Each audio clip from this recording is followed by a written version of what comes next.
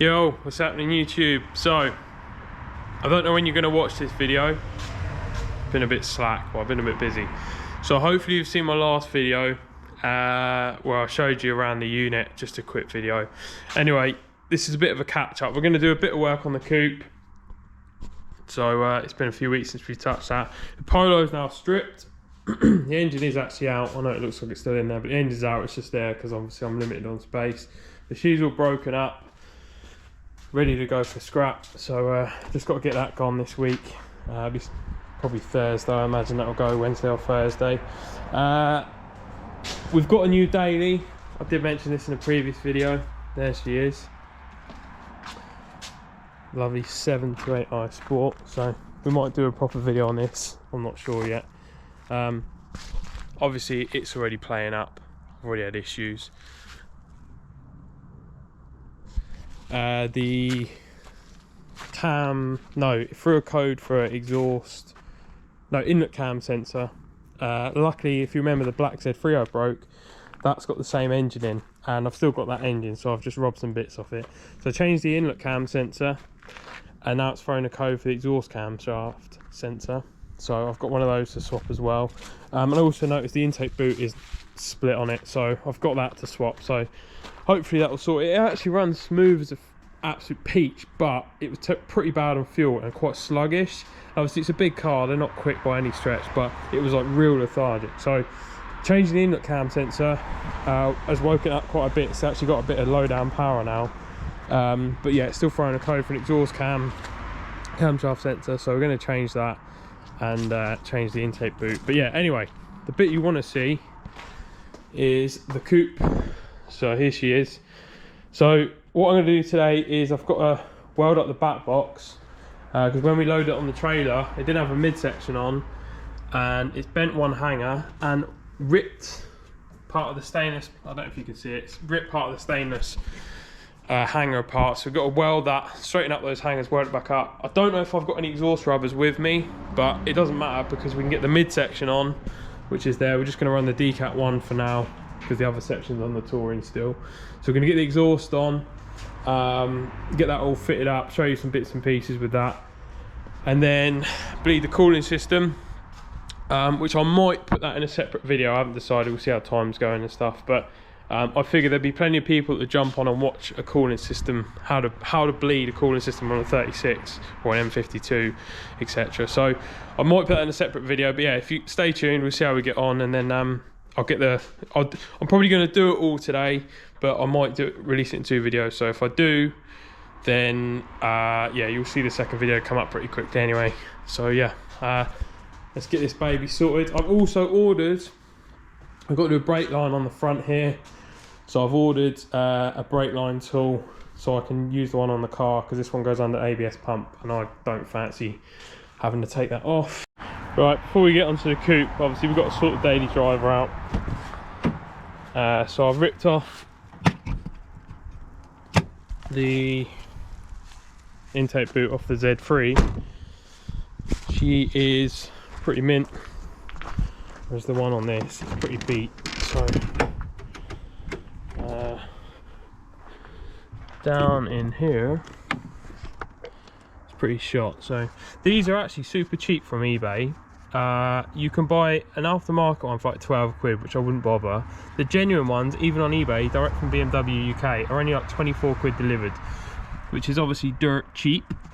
So you can see I already changed the inlet cam sensor, which is there. I've left the old one just rooted there because I'm not 100% convinced the sensor's at fault, because it's weird that I've changed that and then it's gone to the exhaust cam sensor. So I've left it in there in case it's not buggered, and obviously if it's not buggered, then I'll take the Z3 one back out and just plug the original one back in.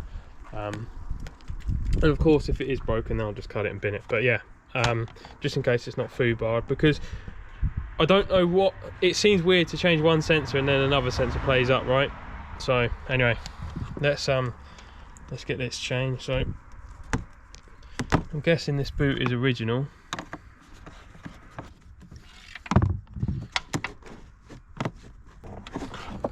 Yeah, she's gaping. Hopefully it's the same one, should be.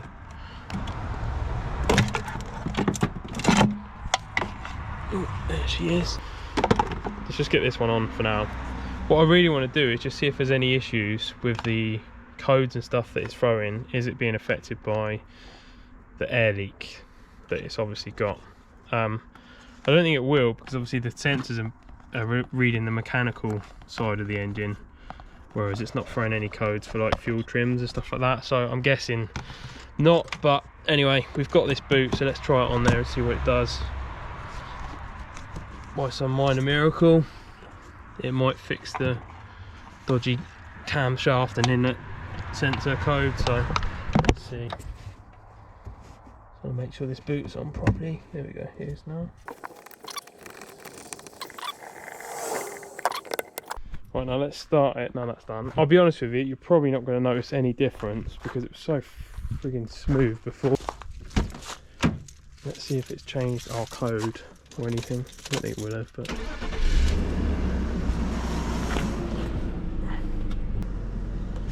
try my trusty scanner.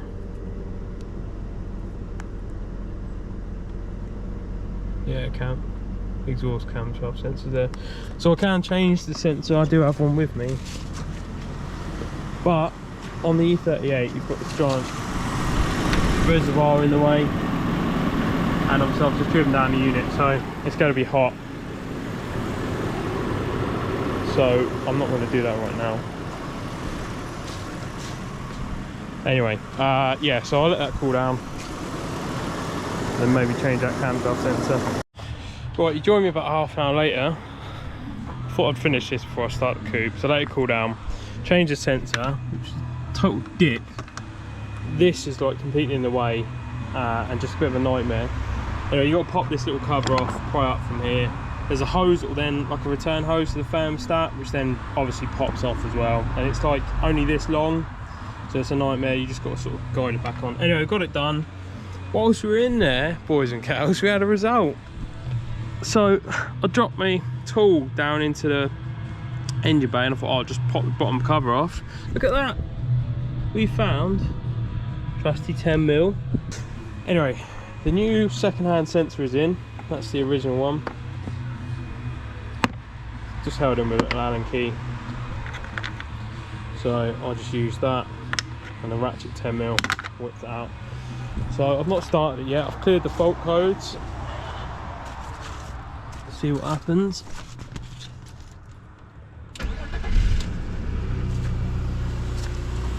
Probably check it's not pissing out coolant everywhere.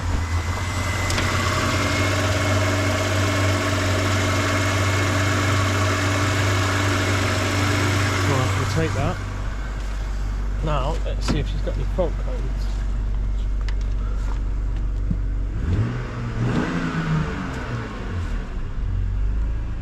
Sick. Oh, it's cleared the code. Sweet. So apparently I wanted both inlet and exhaust cam sensors. So yeah. Anyway, so enough for that. We'll see what it's like on the way home. Hopefully it's got a bit more poke. It might be a little bit better on fuel as well, because at the moment it's averaging like 20 to the gallon, which is alright, but not great for an E38. Or not great for a daily driver, I should say. Right, all the 7 is back together, so we're good to go. Next job, we've got to weld up the back box, like I said to you. So I haven't filmed the prep, but basically this hanger was more or less ripped off. It got caught when we loaded it on the trailer because I didn't have a midsection. This part got caught on the back of the trailer, and the box took the brunt of the beating. So the other hanger just bent, but this one like nigh on ripped out. So I've just I haven't got any flap discs with me, so I've just yanked it off and then sort of gone at it the best I can. I have got stainless wire, but obviously I'm going to be doing it with a MIG. Well, I've actually cut this off of this base plate because I was thinking I'm never going to be able to get a weld. I didn't think too far ahead, but I'm never going to be able to get a weld behind that because it's a single skin, the Scorpion box. So I've cut that off. I'm going to weld the plate so the box is nicely welded together. Then I'm going to weld that. I'll put a V in it, and then I'll weld that back together.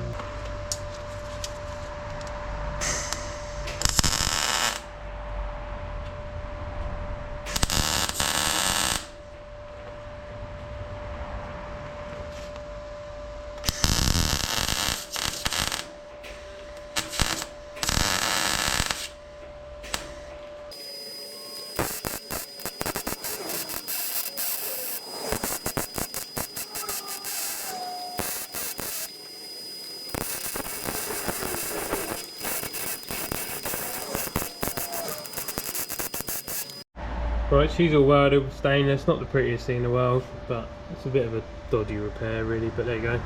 She's solid. I put a nice little V or 45 angle into both of these, so when they line up it's now a V, and I'll get a nice strong weld on that.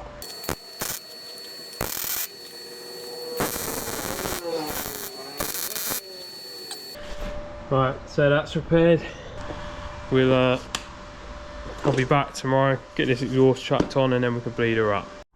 Right gang, back at it. A new day. We've got some new bits. There's a few bits to the 2.8 exhaust.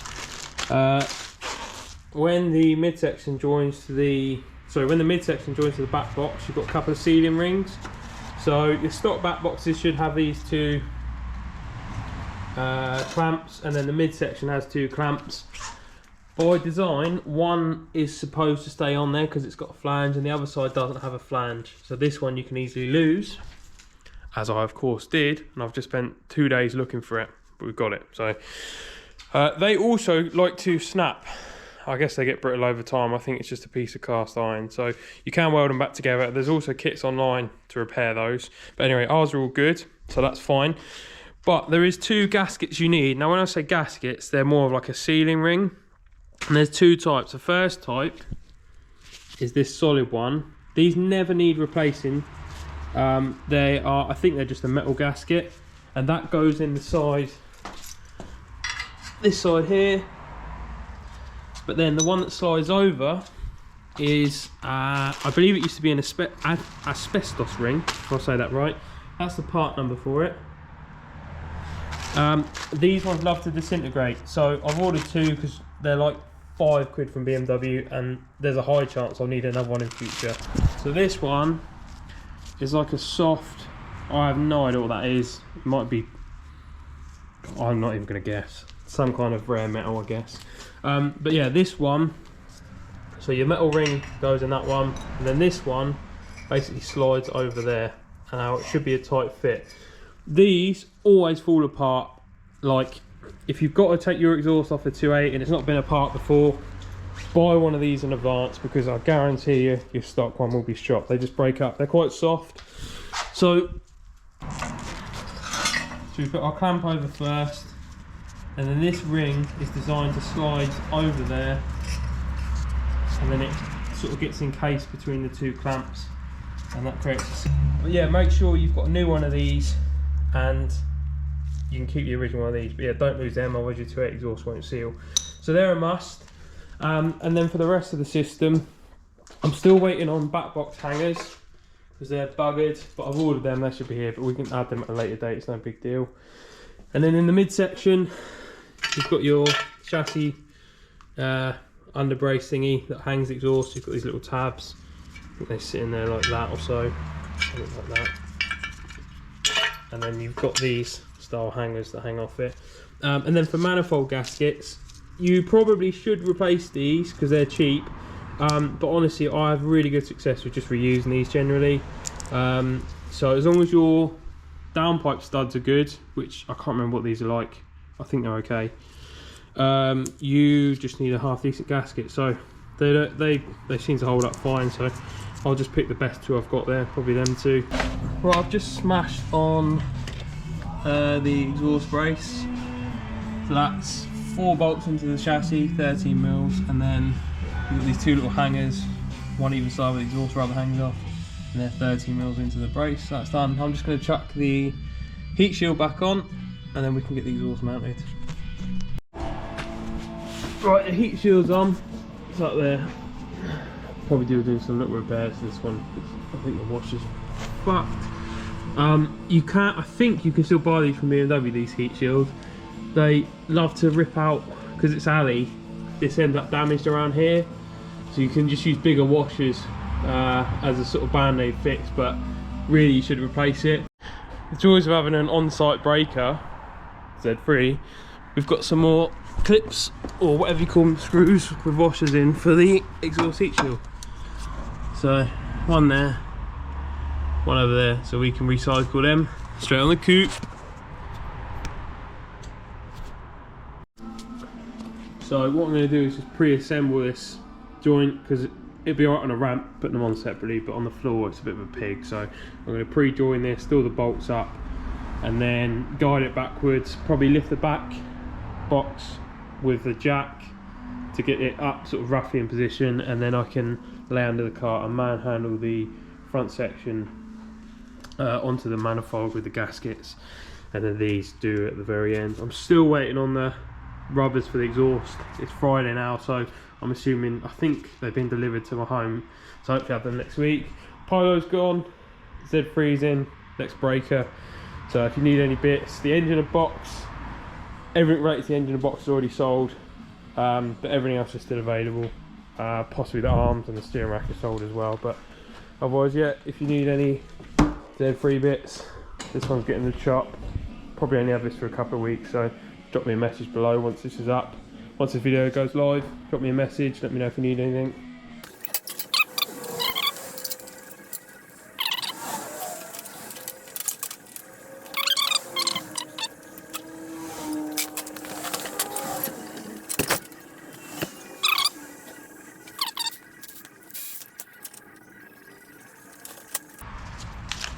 Nut and bolt on loosely.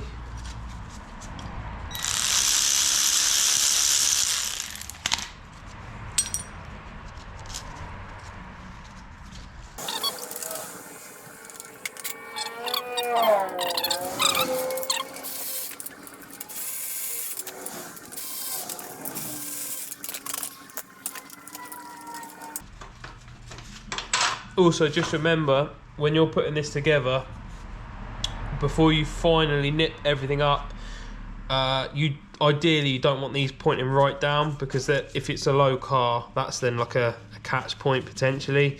So you kind of want to have them, don't know how well you can see that, but you kind of want to have them positioned like that.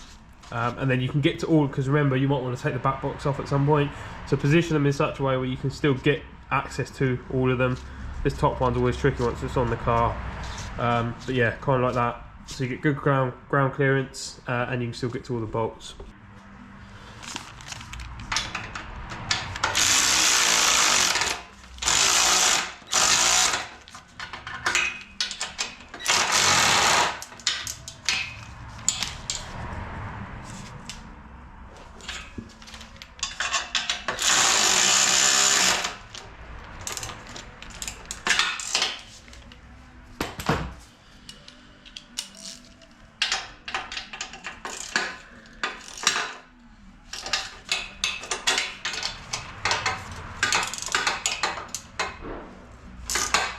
Now don't go too crazy doing these up, because they're only 13mm bolts, and exhaust will heat up and contract, and these love to bend and snap, so don't go too crazy.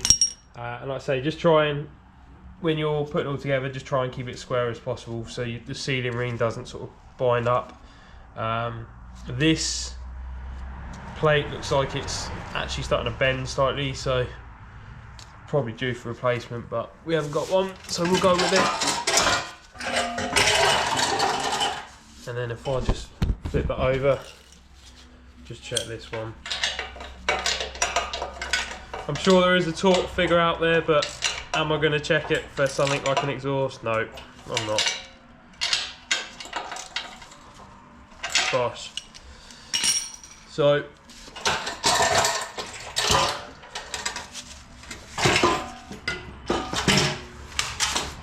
that's now ready. It should look something like that.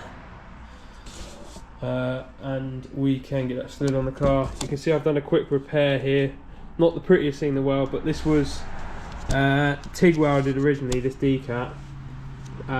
Which the actual design of it is nice, and it made good power, but it had actually cracked most of the way round. So I just fired it. I had a bit of leftover stainless wire in the Artec. So just, yeah, smash some wire on there. Not the prettiest thing in the world, but she should be strong and shouldn't crack again. So you could argue as much as, well, this isn't the prettiest TIG in the world, but there's definitely not enough meat on that weld. It's quite sort of shallow, so not surprised it cracked really.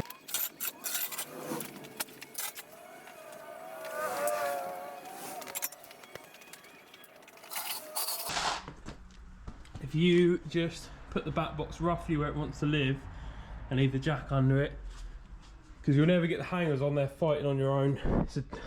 Well, you can do it on your own, but you need a jack, so I tend to get that jacked under there, as you can see, so it sort of guides the exhaust where it is, but still allows you to play with it. And then once it's hung on the manifold, then you'll have the exact position, and then you can put the hangers on the back later. So next up, we're going to guide that onto the studs and get the bolts on, and don't forget gaskets. So this one missing a fixing, so I've nabbed that off the Z3. Again, you probably could get that from BMW still, but again, I just want to get it back together. But because this one's blown through so much, I ideally want a massive washer. I haven't got a massive washer, but I do have some more aluminium off the Z3. So what we're going to do is smash that there. Right, we're back at it another day. Some bits have finally turned up. So I've just bought these from Febby Bilstein. They were stupid cheap. I think that they were like 10 or 12 quid for the pair, maybe 15 quid, I can't remember. Probably not as good as OE, but they're dirt cheap and they were quick. So they're ready for the back box. I've also got BMW approved G48 coolant. That was an eBay purchase. I think it was about 20 quid for 5 litres. And then I'll thin it down with some water. That is ready mixed, but yeah, you can get that from Halfords as well, I think. So that's pucker. Still waiting on bolts for the manifold to bolt the downpipe up, but we've got these old grotty ones, so we're going to shut them on for now. Right, so gaskets on first.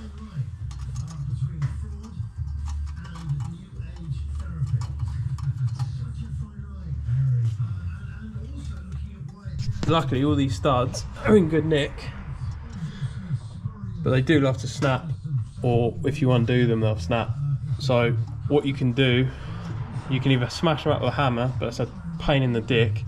The other thing, you can basically put a slit here with a grinder just to take the pressure off that bolt, and then you can smash it through, and then you can replace. You can either use a nut and bolt, or you can buy these studs cheap still and then replace them, which is what I would do. But if you need a quick fix, a nut and bolt still works fine. Do you fancy assisting whilst you're there and make my life much easier? Well, right now? Yeah. Just twist the exhaust as I'm trying to put it up, because obviously I'm fighting the whole weight of it. I only need to get a bolt on, and then... Where do you want me? If you lay under the driver's side. I only just want to get one bolt on. Oh, right, okay, yeah. But it's on the jack at the back, but...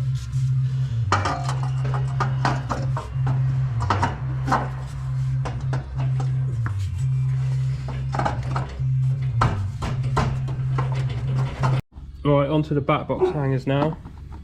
So that's the new one, that's the original. They are held into the box with a long 13mm bolt and nut, and then there's two bolts going to the chassis, or there's like a stud on the chassis and two 13mm bolts. So that's the old one off. I've got one either side of the box, obviously replace them in a pair. So that's ready for scrap, that's a new one to go on. They live up in there. Right, that back box is all hung on there. Lovely job. Probably going to rattle like a fucker. Pain in the ass because the car's covered in mud. Anyway, some more activities whilst we're down the unit. There's the dog that I just kicked. So this is my mate Jace's lovely specimen of a 46. Yeah. With the trusty TUB engine. Very similar to the engine in the coupe, but what was going to be a simple firmset housing change, wherever that's gone. Oh, it's over here in my box of bits. Basically it was leaking, as you can see from the residue and crap, and we're going to be doing something similar to this in a minute. But what should have been an easy little firmset housing change, well, out came 3 bolts, the 4th bolt wasn't there, so someone's already been here before, snapped this off, and the firmset housing was leaking because it didn't have this lower bolt in. So we're going to try and rescue that. The plan is... Look at the ceiling. So no wonder that wasn't sealing. That is lovely. Replace your firmset housing gaskets, kids. Don't use sealant. It doesn't work. Just buy a new gasket. Although they're not actually that cheap on these, are they? How much No, was that?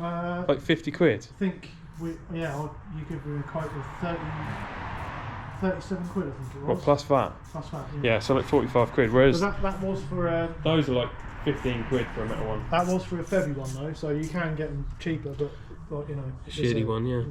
So the plan of attack, what we've done is we've cleaned this up. When I say we mean Me. this man. So we're gonna smash a nut on there.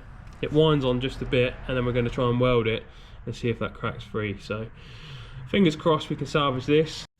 Right, after a miserable attempt at trying to fix this, we're now just bolting on the new one and gonna send it. Couldn't get the bolt out, tried welding it, didn't work. So rather than the car being stranded, we're just gonna choke back together. And it should seal mostly because it's got a brand new seal on it, and that'll do for now. Anyway, back to the 36. So all we've got to do is swap the rad hoses. The lower one looks alright because that's seems to match. The Z3, the rad, or I think it's got a different expansion tank. So this rad hose is too long, but I've got the original. I've got the original one.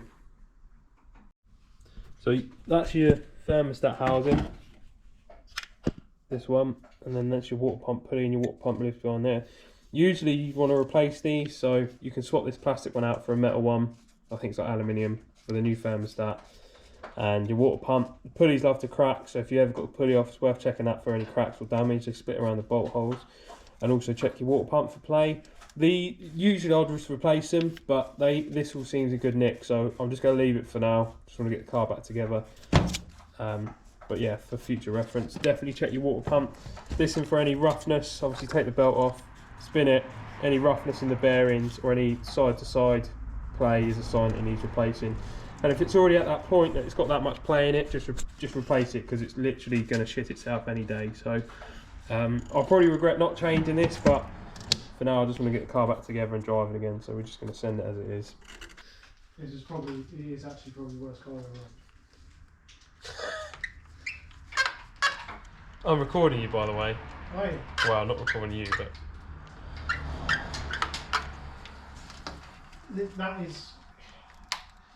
This being the worst car I ever owned is a big bold statement, because I have actually owned some right shitters. a Mark IV Escort convertible XR3i. Well, and that was a shitter, was it? Oh, of course, it's a Mark IV Escort convertible. Yeah, but on a nice day, I'm sure it was a treat. No. Why does that look like someone's already butchered that hose? Because I have. That has been cut both ends, so that looks like it's probably going to be too short. Might not even have the right hose here. This one looks like it's been cut. There's only one reason why that would be cut. Because it was split? No. If they're split, you just replace them with new ones. We know this. I'd say that was probably used in a M52 conversion or an E30, because the hoses are too long. And a lot of people don't bother sorting it out, and they just cut the hoses down, and they end up looking like that. Well, the good news is that one's too long, if anything.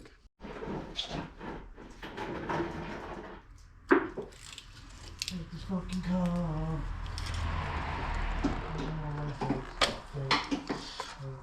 Right, so it turns out this hose is too long. I don't know where the right hose is, but we're just going to cut it for now.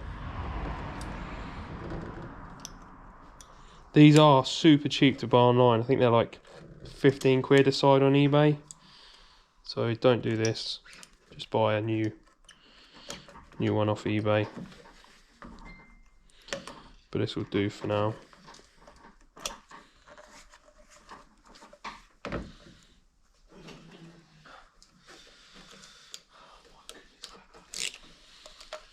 Right.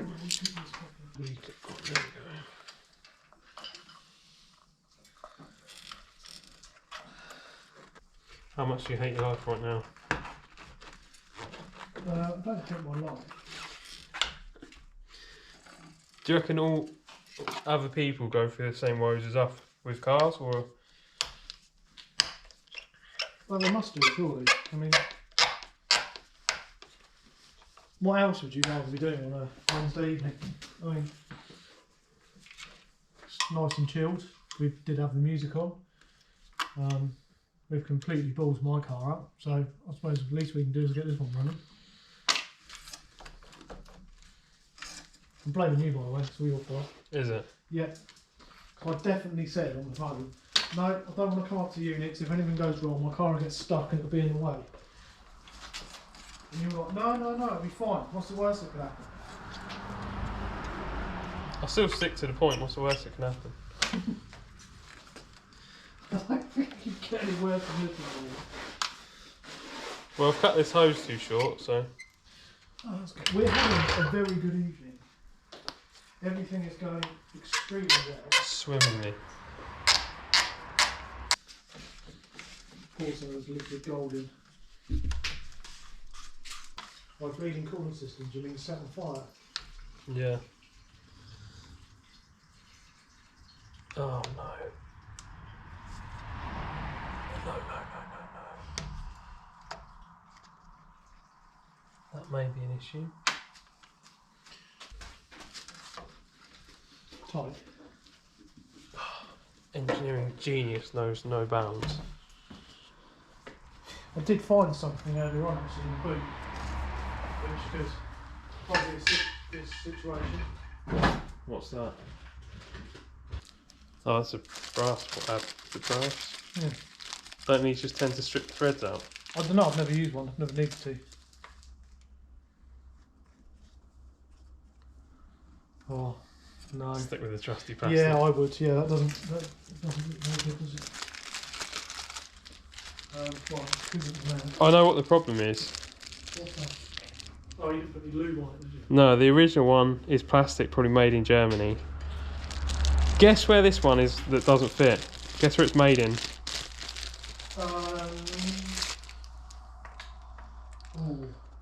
America. No,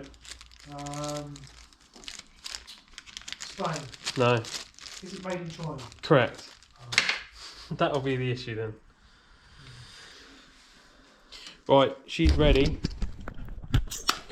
Obviously I still don't put the shroud on or the viscous. The rad hoses are on. Pretty simple on these. Definitely going to replace that because that hose isn't the original one and it's too short. I've cut it a bit short underneath. Right, so now we're going to bleed this up. So you've got a plastic bleed screw. These love to round.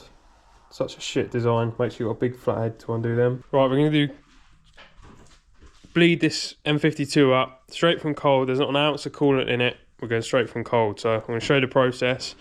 Basically, undo your bleed nipple. And then what you want to do is you want to brim the engine. The car's not jacked up. You might see some people online saying, oh, you got to have the front of the car up. The car is level. It's not jacked up. It's literally level. So it's as if it's on the floor. So you don't need to jack it. There's no viscous on there, but that doesn't matter. Do it with or without, doesn't matter. Basically, we want to brim it as much as possible cold. So I'm going to fill that up now. And then once you've got coolant coming out the bleeder valve, shut that off. And then we're going to start the car, put the heaters on, I'll show you that. And then we'll see how long it takes to bleed up. Should probably put the water in first, or a bit of water in case there's any obvious leaks, shouldn't I?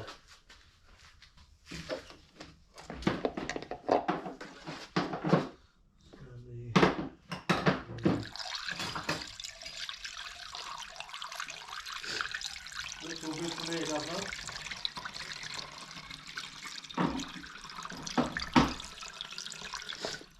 Right.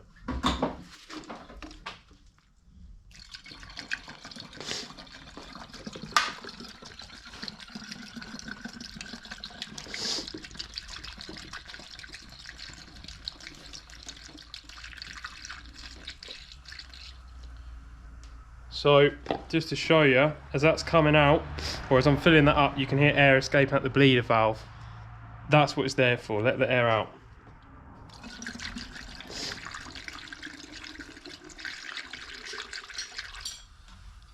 I don't think the camera will pick it up, but I can hear it.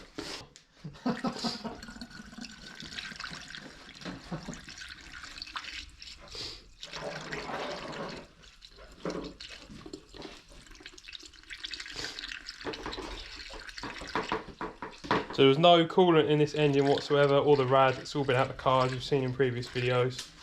So there might have been a bit of residual coolant in the heater matrix, but that'll be it, nothing else. So this is a completely empty cooling system in my mind. You can really hear it hissing now. Yeah, I don't think the camera will pick it up, but Hopefully it is. I can't remember what the actual cooling system capacity is from completely empty. Is it something like 12 litres? But that would assume the heater matrix is fully empty, right? I know the E36 328 is 8.4, 8.5. Right. Nice lady in Halfords told me that the other day. She's got a lot of air in there.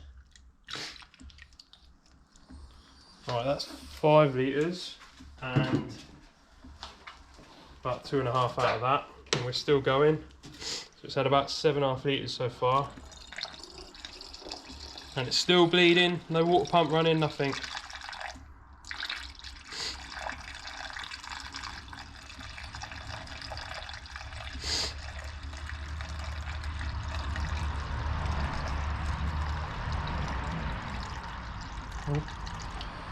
Right, just starting to come out the bleeder valve now. So that has taken probably 8 litres so far. And the level sort of topped off in there, and the bleeder valve, it just had a dribble appear out of it. So I'll see if I can cram a little bit more in there, but I think that'll be it.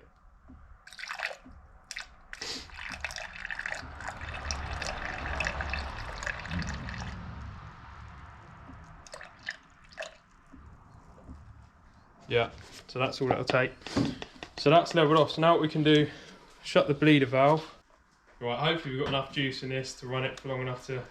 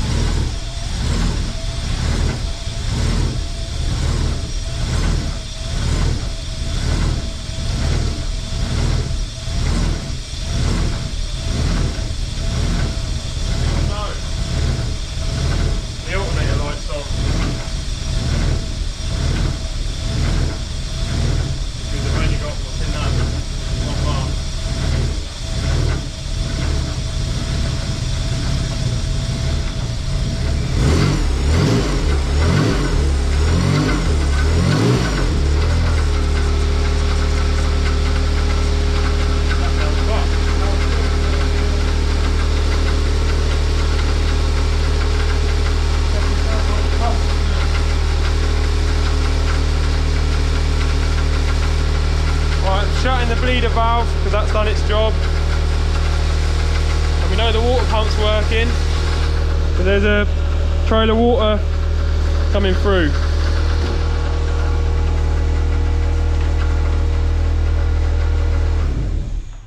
Oh dear, that battery really is fucked.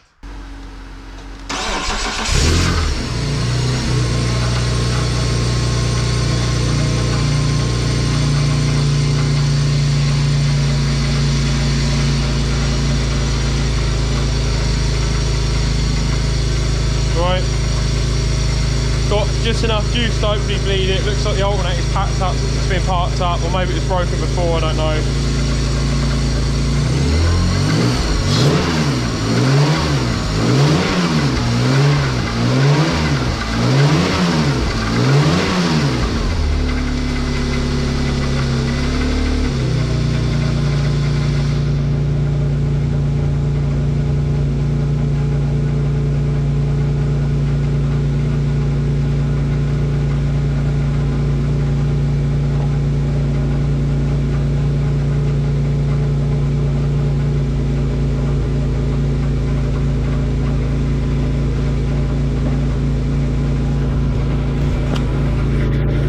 Right, what I'm going to do now, shut the cap on.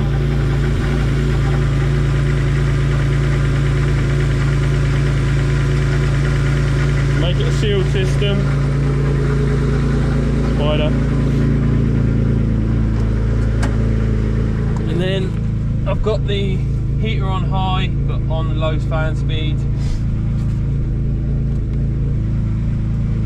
And then what we're basically looking for is to see when that temp gauge moves. So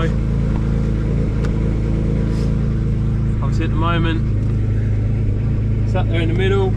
Temp gauge on these isn't very accurate. It only gives you an approximate reading. I think it's got like a 40-degree window. When it's in the middle, it could be 70 degrees or it could be 110 or 120, so it's not that reliable.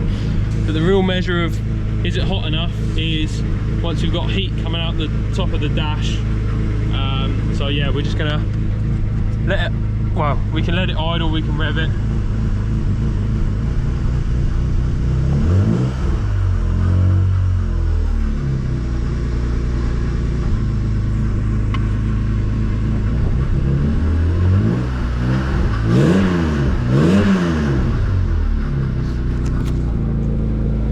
Sounds like our power steering pump's ready to retire as well.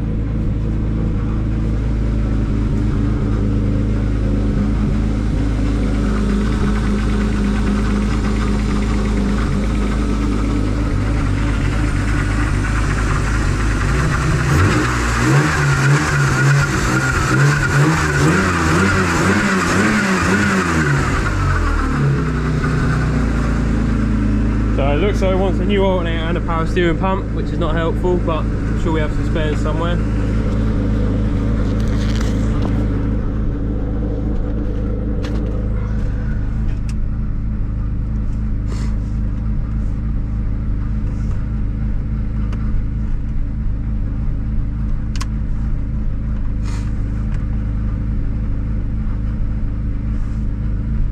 So we've got heat out the vents already at the top. Bit of heat coming out of them, we'll turn that up. Yeah, so we've got heat out the top of the vents. That's a good sign that we've got warm air starting to circulate. And now the next thing, what we want to do really, is we're just looking for that lower thermostat hose to be hot. This one. Once that goes hot, we know the thermostat is open. So this one's going to be hot straight away, because that's permanently open to the engine. On the rad, you've got the return. But what we want to see is this side get hot. When that side gets hot, that means the stat's open, engine's got up the temperature. So hopefully we can get it done without the battery dying on us because the alternator's not charging.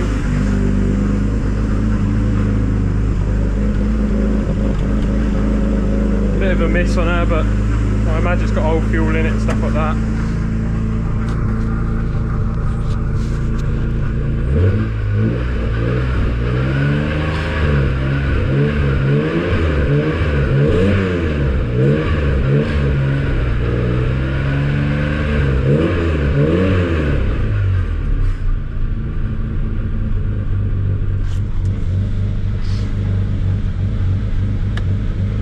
Turn them dash lights off, conserve what little battery we got left. Jump pack's on 1 bar, and the battery was already down to about 11.5 volts because I'd use it for my diesel heater. So yeah, we're just waiting for that hose to open up.